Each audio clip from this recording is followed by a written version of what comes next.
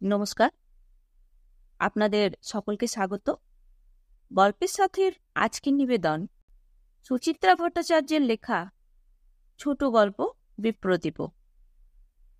সাত সকালের খাওয়া সেরে এ ঘর ও ঘর পায়চারি করছিলেন শিবতোষ। মেয়ে বউয়ের তাড়নায় শুয়েও ছিলেন একটুখানি। ভাত ঘুমে চোখের পাতা জড়িয়ে আসতেই তড়াং করে উঠে পড়েছেন। 3টে বেজে গেল না তো? ঘুরছেন ফিরছেন আর ঘড়ি দেখছেন শিবতোষ। উফ, দুপুর যেন আজ নড়তেই চায় না। সবে এখন 2:05। শিবতোষ একবার ব্যস্তভাবে মেয়েকে বললেন, আমার ধুতি পাঞ্জাবি বার করে রেখেছিস তো? মিতালি খাটে শুয়ে গল্পের বই পড়ছিল। সামনে পার্ট 1 পরীক্ষা। তবু দুপুরে পড়ার বই উল্টানো তার ধাতে নেই। বই বুকে রেখে চোখ টিপে হাসল। বড়দের পাঞ্জাবি ইস্ত্রি করে রেখেছি। নীলিমা বারান্দায় বসে রেশনের গম বাছছিলেন। এ সপ্তাহে এত মাটি দিয়েছে গমে। মেয়ের কথায় তার হাত থেমে গেল। বড়দের পাঞ্জাবির সঙ্গে নকশাপার ধুতিও বার করে দিস। ওই যে তোর দিদির বিয়ের সময় যেটা তোর বাবাকে দিদির শ্বশুরবাড়ি থেকে দিয়েছিল। শিবতোষ ঠাট্টাটা বুঝলেন না। বললেন, না না, এই গরমে গরদ পরব না। মিতু, তুই বরং আমার আড্ডির পাঞ্জাবিটা বার করে দে। নীলিমা আবার ফুট কাটলেন। একটু সেন্ট ফেন্টু মেখে নিও, বড় লোকের বাড়ি যাচ্ছ। গা দিয়ে ঘামের গন্ধ বেরোলে তারা কিন্তু নাক ছিটকবে। শিবতোষ এতক্ষণে বিদ্রুপটা ধরেছেন। চুপ করে গেলেন। সারাটা জীবন যাদের হেসের ঘরে কাটে তারা কি বুঝবে গুরু শিষ্যের সম্পর্কের মহিমা? প্রিয় ছাত্রকে জীবনে উচ্চ প্রতিষ্ঠিত দেখলে কতটাই বা আনন্দ হতে পারে শিক্ষকের। মিতালি উঠে আলমারি থেকে পাঞ্জাবি বার করে দিল। বেশ কয়েক বছরের পুরনো। অবসর নেওয়ার সময় স্কুল থেকে পেয়েছিলেন পাঞ্জাবিটা, বিদায় উপহার। সামাজিক অনুষ্ঠান ছাড়া শিবতোষ আড্ডি বা গরদ পড়েন না। হদ্দরই তার 12 মাসের সঙ্গী। সামাজিক অনুষ্ঠান না হলেও আজ একটা বিশেষ দিন তো বটেই। আজ এটাই মানাবে। মিতালি বই নিয়ে আবার বিছানায় ফিরেছে। এত তাড়াতাড়ি বেরোনোর কি আছে? তুমি আর একটু বিশ্রাম নিলে পারতে বাবা। ট্রেন তো সেই 3:40। 3:15 পর বেরোলেও চলবে। এই রোদ্দুরে অতটা পথ ভাঙা। দুপুর রোদে অতটা পথ শিবতোষ মাঝে মাঝে ভাঙেন, ভাঙতে হয়। কখনো ডিআই অফিস, কখনো প্রভিডেন্ট ফান্ড দপ্তর। 8 বছর হয়ে গেল, আজও পেনশনের ফাইল ঘোমটা খুলল না। এলআইসির একটা পলিসি ম্যাচিওর করাতে বড় মেয়ের বিয়েটা দিয়েছিলেন। পিএফের টাকাটা হাতে এলে ছোট মেয়ের জন্য দুশ্চিন্তা কমত। ঘরদোরের হালাত খারাপ হচ্ছে দিন দিন। কতদিন যে কালি পড়েনি বাড়িটায়। শুধু টিউশনির টাকায় কত ছিদ্র সামলাবেন শিবতোষ? আজকাল সময় অন্যরকম। স্কুলের সঙ্গে যুক্ত না থাকলে খুব বেশি ছাত্র পাওয়া যায় না। তাও ভালো, ছেলে এখনো বাবা মাকে মনে রেখেছে। শিলিগুড়ি থেকে টাকা পাঠায় নিয়মিত। বৌবাচ্চার খরচ সামলে 200-300 যখন যা পারে। শিবতোষ আনমনে বললেন, এই তো পথ, কি আর এমন দূর। বাড়ি থেকে স্টেশন হাঁটা পথে 10 মিনিট। 3:40 ট্রেন ঠিকঠাক এলে মাঝের হাট পৌঁছাতে মিনিট 15। সেখান থেকে বাসে নিউ আলিপুর আর কতটুকুই বা। তবে সেভাবে ভাবতে গেলে দূরও বটে। গাড়ি যদি সময় মতো না আসে তাহলেই হলো। ছুটির দিন আজ এমনিতেই ট্রেন কম। ট্রেন না পেলে তখন তীর্থের কাকের মতো বসে থাকো। শিবতোষ মনে মনে আবারও উত্তেজিত হয়ে উঠেছিলেন। আজকাল নিয়মানুবর্তিতা শব্দটাই উঠে গেছে রেল কোম্পানির অভিধান থেকে। আছেই বা কোথায়? স্কুল, কলেজ, অফিস, রাজনীতি, সর্বত্রই অদ্ভুত বিশৃঙ্খলা। যুগটাই সারাক্ষণ পালায় পালায় করছে। 4:30-5টায় কুশলের বাড়ি পৌঁছবেন বলেছেন। একটু নয় আগেই বেরোলেন আজ। কুশলের মুখ মনে পড়তেই শিবতোষের দেহে আনন্দের ধারা বয়ে গেল। কুশলেরও সময় জ্ঞান কম ছিল, প্রেয়ারে রোজ দেরি করত। কিন্তু মাথাটা বড় সাপ ছিল ছেলেটার। জটিল অঙ্ক দিয়ে শিবতোষ ক্লাসে অল্প জিরোতেন। ছেলেরা মুখ চাওয়াচাই করছে, 1 মিনিটে কুশল খাড়া। হয়ে গেছে স্যার। শিবতোষ তখনই বুঝেছিলেন ছেলেটা অনেক দূর যাবে, গেছেও। অনেক অনেক উঁচুতে উঠেছে কুশল। সেদিন ডালহৌসিতে দেখা না হয়ে গেলে হয়তো জানতেও পারতেন না শিবতোষ। কত ছেলে যে কত দিকে ছড়িয়ে গেছে। রাইডার্স থেকে বেরিয়ে শিবতোষ তখন ধর্মতলার দিকে হাঁটছেন। এডুকেশন সেক্রেটারির সঙ্গে দেখা করার একটা ডেট পেয়েছিলেন। সেক্রেটারি সাহেব অফিসেই আসেননি। মন বেশ অবসন্নই ছিল। মিশন রোড ফুটপাতে হঠাৎই কুশলের সঙ্গে দেখা। অফিস থেকে বেরিয়ে কুশল গাড়ির দিকে যাচ্ছিল। স্যুট প্যান্ট টাই পরা, কেতাদুরস্ত চেহারা, চোখে বিদেশি সানগ্লাস। 15 বছর পর দেখা, তবু চিনতে ঠিক 1 মুহূর্ত সময় লেগেছিল শিবতোষে। কুশলও দেখেছে তাকে। স্যার, আপনি? তুমি কুশল তো? হ্যাঁ স্যার। কুশলের পিছনে কুশলের বেয়ারা, তার হাতে কুশলের ব্রিফকেস। কুশল বেয়ারাকে নির্দেশ দিল, গাড়িতে তুলে দাও সব, বলেই শিবতোষের দিকে ফিরেছে। আপনি ভালো আছেন তো স্যার? আছি একরকম। তোমার খবর কি? সেই যে প্রেসিডেন্সিতে ভর্তি হলে, আর তো তোমার কোনো খবরই পাইনি। এখান থেকে এমএসসি করে স্যার বাইরে গেছিলাম কম্পিউটার নিয়ে পড়তে। বাহ বাহ, স্টেটসে বুঝি? হ্যাঁ স্যার। ক্যালটেকে ছিলাম 6 বছর। ম্যানেজমেন্টের কোর্সও করেছিলাম। এখন দেশে ফিরে চাকরি। শ্রদ্ধা মিশ্রিত বিস্ময় শিবতোষের মুখ চোখে। কোথায়? কোন কোম্পানিতে? একটা আমেরিকান ফার্মে। Managerial brand?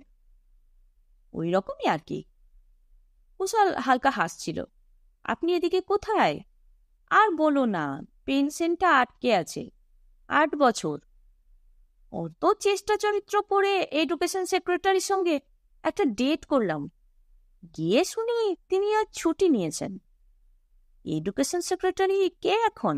তিমির দাদা? তিমির আচার্য। তুমি চেনো? তিমিরটা আমাদের ক্লাবের মেম্বার। পরশুও অনেকক্ষণ আড্ডা মারলাম। সানগ্লাস খুলে হাতে ধরল কুশল। বলবো নাকি স্যার আপনার কেসটা? বলবে? খুশিতে বুক নেচে উঠেছিল শিবতোষের। তাহলে খুবই ভালো হয়। বৃথায় শুধু ঘুরে ঘুরে মরছি। পেনশন, পিএফ কিছুই এখনো পেলাম না। না না, এ ভারী অন্যায়। ঠিক আছে, আমি দেখছি। শিবতোষ সেই মুহূর্তে লজ্জা পেয়েছিলেন একটু। নিজের কাহিনী শোনাতে গিয়ে কুশলের বাড়ি ঘরদোর সম্পর্কে কিছুই জানা হয়নি তখনও। তাড়াতাড়ি প্রশ্ন করেছিলেন, বিয়ে থা করেছ? বিয়ে থা করেছ তো কুশল? কুশল মাথা চুলকেছিল। হ্যাঁ স্যার, বছর 6। ছেলেপুলে? একটি ছেলে, সবে নার্সারিতে ভর্তি হয়েছে। ভালো, খুব ভালো। শিবতোষ যতটা পুলকিত ততটাই উচ্ছ্বসিত। তাদের রামরতন বিদ্যামন্দিরে সাংঘাতিক মেধাবী ছাত্র কোনোদিন আসেনি বড় একটা। বেশিরভাগেরই মান অতি সাধারণ। সাধারণ মানের রেজাল্ট। 90টে যদি পরীক্ষায় বসে তো 10টা ফার্স্ট ডিভিশন যাবে কি যাবে না। বেশিরভাগ ছেলেরই পড়াশোনার মাথা নেই, মনও নেই। তবু তার মধ্যেই দু একটা অসাধারণ স্ফুলিঙ্গ শিবতোষরা পেয়েছেন বই কি, কুশলদের মতো। শিবতোষ কুশলকে খুঁটিয়ে খুঁটিয়ে দেখছিলেন। একটু মোটা হয়েছে ছেলেটা, পেটে, ঘাড়ে, গালে, চোখে চর্বি আসন গাড়ছে, চওড়া কপাল, ঝরঝরে চোখ, চিবুকের ভাঁজে একটা আলাদা ব্যক্তিত্বের ছাপ। কুশল সফল। শিবতোষের গলা স্নেহে জড়িয়ে আসছিল। কি রেজাল্টটাই না তুমি করেছিলে মাধ্যমিকে! তোমার বাবা চেয়েছিলেন তুমি হায়ার সেকেন্ডারি কোনো নামকরা স্কুল থেকে করো। তুমি আমাদের ছেড়ে গেলে না, আপনার মনে আছে স্যার? ছিল না, এখন সব মনে পড়ে যাচ্ছে। সবই আপনাদের আশীর্বাদ স্যার। আসুন না স্যার আমার বাড়িতে একদিন। শিবতোষ সম্পূর্ণ বলে গেলেন। বিদ্যালয় মানুষের বুনিয়াদ গড়ে দেয়, বুনিয়াদের ওপর বেড়ে ওঠে ইমারত, 1 তলা, 2 তলা, 10 তলা, 25 তলা। অহংলেহী অট্টালিকা যখন দাঁড়িয়ে থাকে সদর্পে, তখন কজন আর মনে রাখে ভিত গড়ার কারিগরদের? কুশল মনে রেখেছে। কুশল মহান। শিবতোষ পাশের ঘরে গিয়ে জামা কাপড় বদলে এলেন। আড্ডি পাঞ্জাবি পরেছেন, ধপধপে সরুপার ধুতি, শীর্ণকায় বৃদ্ধ শরীর অভাবিক ক্ষতবিক্ষত হলেও এখনো ব্যক্তিত্বে উন্নত। তুলনায় নীলিমাই বরং বেশি আসক্ত হয়েছেন। গোলগাল দেহটাতে তার নিত্য অসুখ, যন্ত্রণা, বাত, কফ, পিত্ত। শিবতোষ স্ত্রীকে বললেন, খুব তো সকাল থেকে টিটকিরি মারছ আমাকে, ছেলেটার সঙ্গে আজ দেখা হলে আমার থেকে তোমাদেরই উপকার হবে বেশি। নীলিমার গমঝাড়া শেষ। হাঁটুল ধরা সিমেন্টের মেঝেতে গড়াচ্ছেন তিনি। পাশ ফিরে বললেন, এখন আর কাকে দিয়ে কি উপকার হবে বুঝি না বাপু। স্কুল আর ছাত্র নিয়ে সারা জীবন তো হেদিয়ে মরলে, কি পেলে শেষে? তখন তো খুব আদর্শ দেখিয়ে টিউশনি করতে না, সেই ধরলে, শেষ বয়সে ধরলে। দেখো আরও কি কপালে আছে, মাত্র 8 বছরেই এত ভেঙে পড়লে। শিবতোষ হাসছেন মৃদু। আমার মতো কত মাস্টার পেনশন পাওয়ার আগে হেজে পচে মরে গেল, তার খবর রাখো? জানো না তো গ্রামের স্কুলগুলোর কি অবস্থা? কদিন আগে হেতমপুরে এক মাস্টার 72 বছর বয়সে গলায় দড়ি দিয়ে মরল, খেতে না পেয়ে। নীলিমা শুকনো চোখে তাকালেন। তোমার ওই ছেলেটা কিছু করতে পারবে বলছো? বলল তো করবে, নিজে থেকেই বলল। মিতালি আবার উঠে বসেছে। তোমার বই দুটো আমি রঙিন কাগজে সুন্দর করে প্যাক করে দিয়েছি বাবা, নিতে ভুলো না। কুশলকে উপহার দেবেন বলে কালই দুটো বই কলেজ স্ট্রিট থেকে কিনে এনেছেন শিবতোষ। হেমিংওয়ের old man and the sea আর একটা সঞ্চয়িতা। প্রথম দিন প্রিয় ছাত্রের বাড়ি যাবেন। একেবারে খালি হাতে তো যাওয়া যায় না। মিতালি বলেছিল, এ মা, এই বই দুটো কিনলে কেন? এ তো একদম কমন বই, সব বাড়িতে থাকে। বরং দুটো ক্যাসেট দিতে পারতে, সেতার, শরৎ। নীলিমা বলেছিলেন, যাওয়ার আগে একটু মিষ্টি কিনে নিও, তোমার এসব সাংসারিক বুদ্ধি কম, মিষ্টিটা বউয়ের হাতে দেবে। না বাবা, মিষ্টি নিয়ে যেও না, বড়লোকদের বাড়ি মিষ্টি নিয়ে গিয়ে কি হবে? তোমার ছাত্রের একটা ছেলে আছে বলছিলে না? বাচ্চাটার জন্য বরং মিল্ক চকলেট নিয়ে যেও। শিবতোষ ঘড়ি দেখলেন, 3:10। এবার বেরিয়ে পড়া যায়। কে জানে, হয়তো স্টেশনে গিয়ে দেখবেন 2:25 গাড়ি ঢুকছে সবে। হয়তো শিবতোষের চোখের সামনে দিয়ে বেরিয়ে যাবে ঝমঝম। তারপর শুরু হবে 3:40 লুকোচুরি খেলা।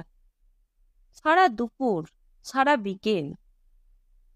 চৈত্র শেষের সূর্য পশ্চিমে হাঁটতে শুরু করেছে। প্রখর উত্তাপে ঝলসে যাচ্ছে পৃথিবী। শিবতোষ রাস্তায় বেরিয়ে ছাতা খুললেন। অন্য হাতে ধরে আছেন উপহারের প্যাকেট। লম্বা লম্বা পা ফেলে হাঁটছেন শিবতোষ। ধুলো উড়িয়ে গরম বাতাস ঝাঁপিয়ে পড়ছে গায়ে। রাস্তাঘাট প্রায় জনহীন। একা পথে হাঁটতে হাঁটতে শিবতোষ এতক্ষণ পর কেমন একটু অন্যমনস্ক যেন। কুশলের সঙ্গে দেখা হওয়ার পর থেকে গাঢ় এক তৃপ্তির ঘোরে ছিলেন। যেন কুশল নয়, তিনি নিজেই সাফল্যের সিঁড়ি বেয়ে উঠছেন তত্তর। অনেকটা, কিন্তু এত আবেগতাড়িত হওয়ার কি দরকার ছিল? হলেনি যদি, তাহলে এমন কাঙালপনা কিসের? শিবতোষ নিজের মনেই মাথা নাড়লেন। কাঙালপনা ভাবছেন কেন? কুশল যদি নিজে থেকেই শিক্ষকদের জন্য কিছু করতে চায়, সে তো এক ধরনের গুরুদক্ষিণা। অত বড় পোস্টে চাকরি করেও কুশল কি নিরহংকার, ভদ্র, বিনয়ী। এই বিনয় ভদ্রতা শিক্ষা শিবতোষ রায় তো বহন করেছেন একটু একটু করে। বিনিময়ে এটুকু করা কি কুশলের কর্তব্য নয়? ট্রেন লেট ছিল না, বাস পেতেও সময় লাগেনি। 4:30 আগেই শিবতোষ কুশলের ঠিকানায় হাজির। আকাশ ছোঁয়া বহুতল হর্মের 8ম তলায় কুশলের বাস। লিফটম্যান পলকের আগেই শিবতোষকে পৌঁছে দিল সেখানে। শিবতোষ বেলে হাত রাখলেন। ছুটির দিন, কুশল কি এখন বিশ্রাম নিচ্ছে? আর একটু পরে এলে কি ভালো হতো? প্যান্ট শার্ট পরা এক কিশোর দরজা খুলেছে। কুশল দাশগুপ্ত আছেন? ছেলেটি অপাঙ্গে শিবতোষকে দেখে নিল। আসুন। বাইরে থেকে দেখে ফ্ল্যাটের পরিমাপটা আন্দাজ করা যায় না। একটুখানি চওড়া প্যাসেজ পেরিয়ে বাঁ দিকে ঘুরলে অতিকায় ড্রয়িং রুম, প্রায় ক্রিকেট মাঠের মতো। আগাগোড়া কাশ্মীরি কার্পেটে মোড়া, পা রাখলেই গোড়ালি ডুবে যায়। বাইরে এক প্রচণ্ড তাপ, এখানে তার লেশমাত্র নেই। নীলচে আলোয় মাখা ঘর, যান্ত্রিক মায়ায় মেরু শীতল। চোখ ঝলসানো আলো থেকে এসে শিবতোষ প্রথমটা কিছু ভালো মতো দেখতে পাচ্ছিলেন না। চোখ সয়ে আসতে সুরম্য কক্ষ উদ্ভাসিত ক্রমশ। আসবাবে, বাহারে, বিলাসে, বৈভবে স্বর্গের বিভা। ছেলেটি জিজ্ঞাসা করল, আপনার কি আসার কথা ছিল? কি নাম বলবো? শিবতোষ সপ্রতিভ হতে চাইলেন। নাম লাগবে না, কুশলকে বলো তার মাস্টারমশাই এসেছেন। বসুন। শিবতোষ বসলেন না, দাঁড়িয়েই রয়েছেন। কুশলের বাবা কি চাকরি করতেন যেন মনে নেই, তবে তেমন বড় কিছু নয়, নিতান্ত মধ্যবিত্ত মানুষ। রামরতন স্কুলে কেন তিনি ভর্তি করিয়েছিলেন ছেলেকে? হ্যাঁ, এটা মনে পড়েছে। কোচবিহার না কোত্থেকে যেন বদলি হয়ে এলেন বছরের মাঝখানে। কোনো ভালো স্কুলে জায়গা হলো না, অগত্যা শেষে রামরতন বিদ্যা মন্দির। কুশলের মতো ছাত্র আরও কটা ছিল। একটা ছিল দেবাশিস, 3টে লেটার পেয়েছিল। শিবতোষের রিটায়ারমেন্টের ঠিক আগের বছর। একজন পূর্ণেন্দু, 18th হয়েছিল মাধ্যমিকে। উচ্চ মাধ্যমিকে অন্য স্কুলে চলে গেল। আর আর দেবাশিস, পূর্ণেন্দুরাও কি এখন কুশলের মতো সাফল্যের চূড়ায়? একটি মেয়ে ড্রয়িং রুমে এসে দাঁড়িয়েছে। শিবতোষের বড় মেয়ের সমবয়সী প্রায়, তবে গীতালির মতো শীর্ণ নয়। চেহারায় বেশ সম্পন্ন স্বাস্থ্যের ঝলক। শিবতোষের চোখ কম আলোতে শুয়ে গেছে।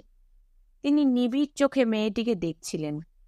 কাঁধ অবধি কোঁকড়ানো চুল, কপালের দুপাশ তরঙ্গের মতো অলোক চূর্ণ, নাক চোখ কাটা কাটা, ঠোঁটে থুতুনিতে আদরিনী ভাব, পরনে জাপানি কিমোনো। পরিচয় জানার দরকার ছিল না, তবু বোকার মতো শিবতোষ প্রশ্ন করে ফেললেন, তুমি মানে আপনি কুশলের স্ত্রী? মেয়েটি মিষ্টি হাসল।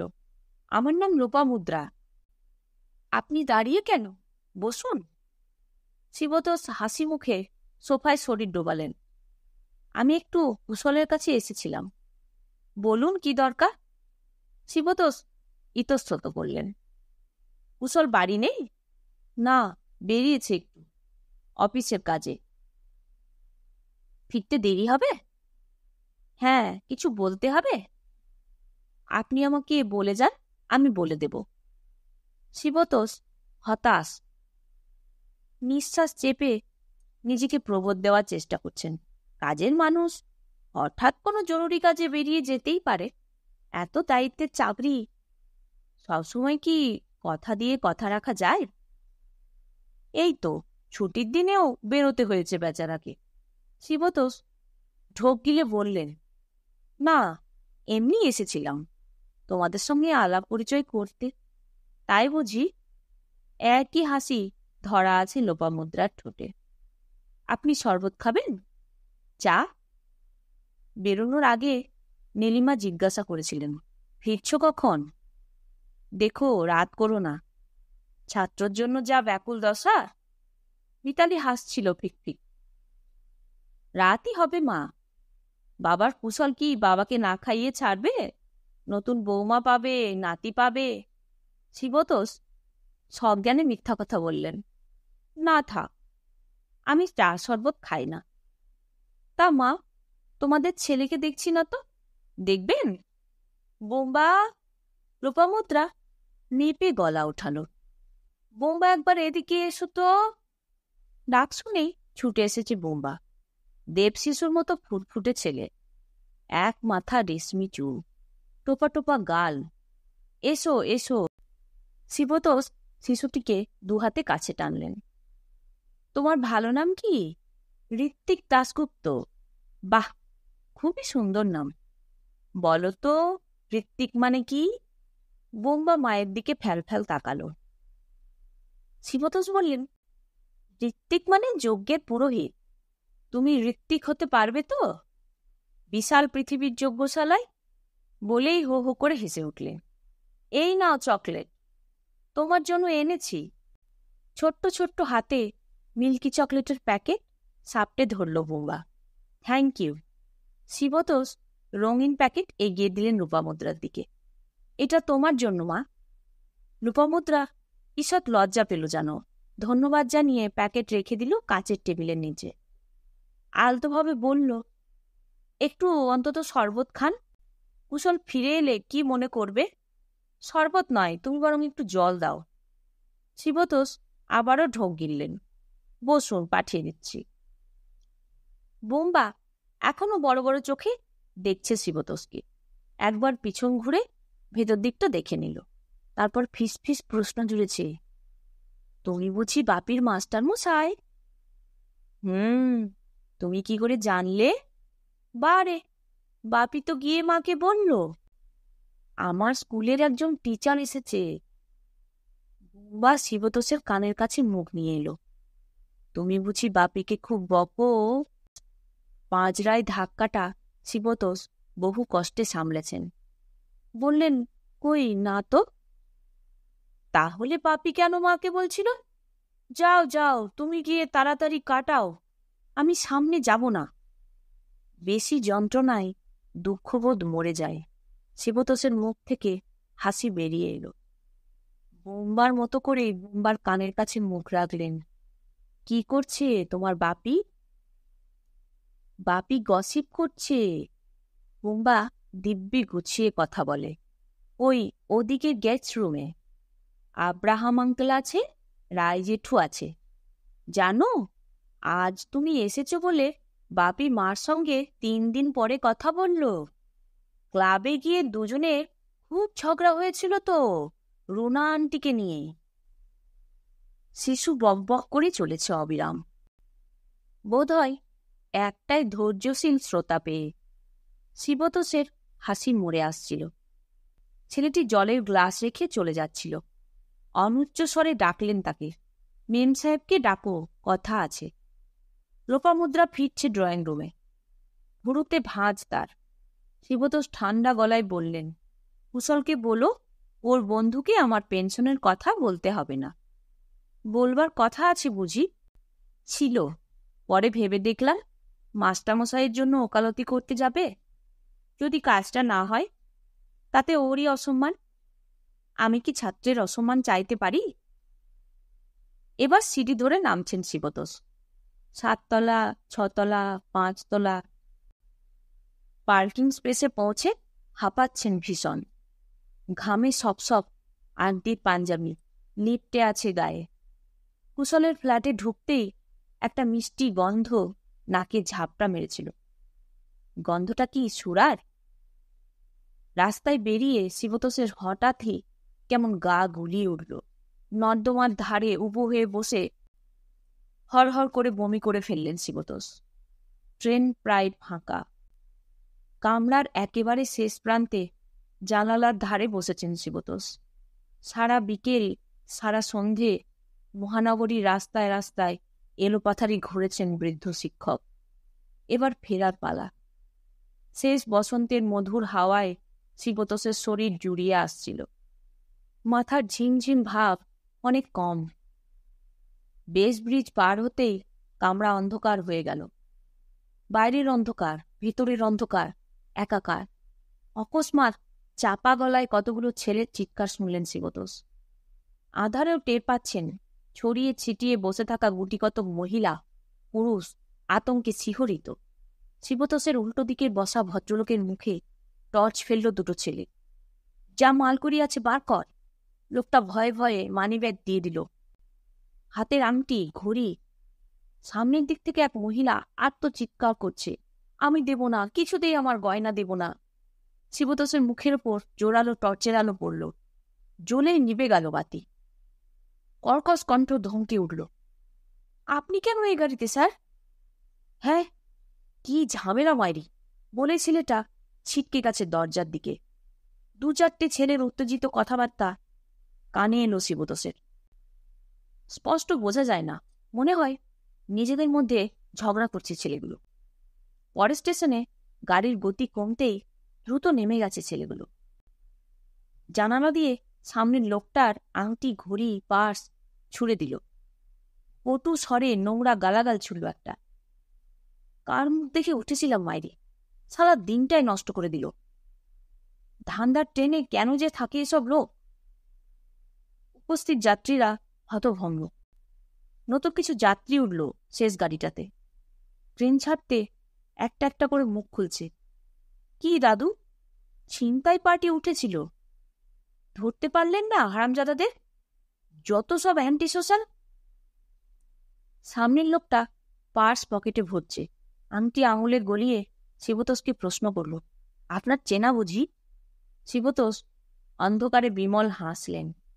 পরিষ্কার স্বরে বললেন, আমার ছাত্র, আমাকে দেখে লজ্জা পেয়েছে। অন্ধকারে হাওয়া আরও শীতল এখন। শিবতোষ চোখ বুঝলেন। শেষ হলো গল্প বিপ্রদীপ। নতুন একটি গল্প নিয়ে খুব তাড়াতাড়ি ফিরে আসছি। আমার গল্প পাঠ কেমন লাগলো তা অবশ্যই কমেন্ট করে জানাবেন। আর ভালো লাগলে ছোট্ট একটি লাইক দেবেন। নতুন নতুন গল্প শোনার জন্য চ্যানেলটি সাবস্ক্রাইব করে রাখবেন। ভালো থাকবেন। ধন্যবাদ।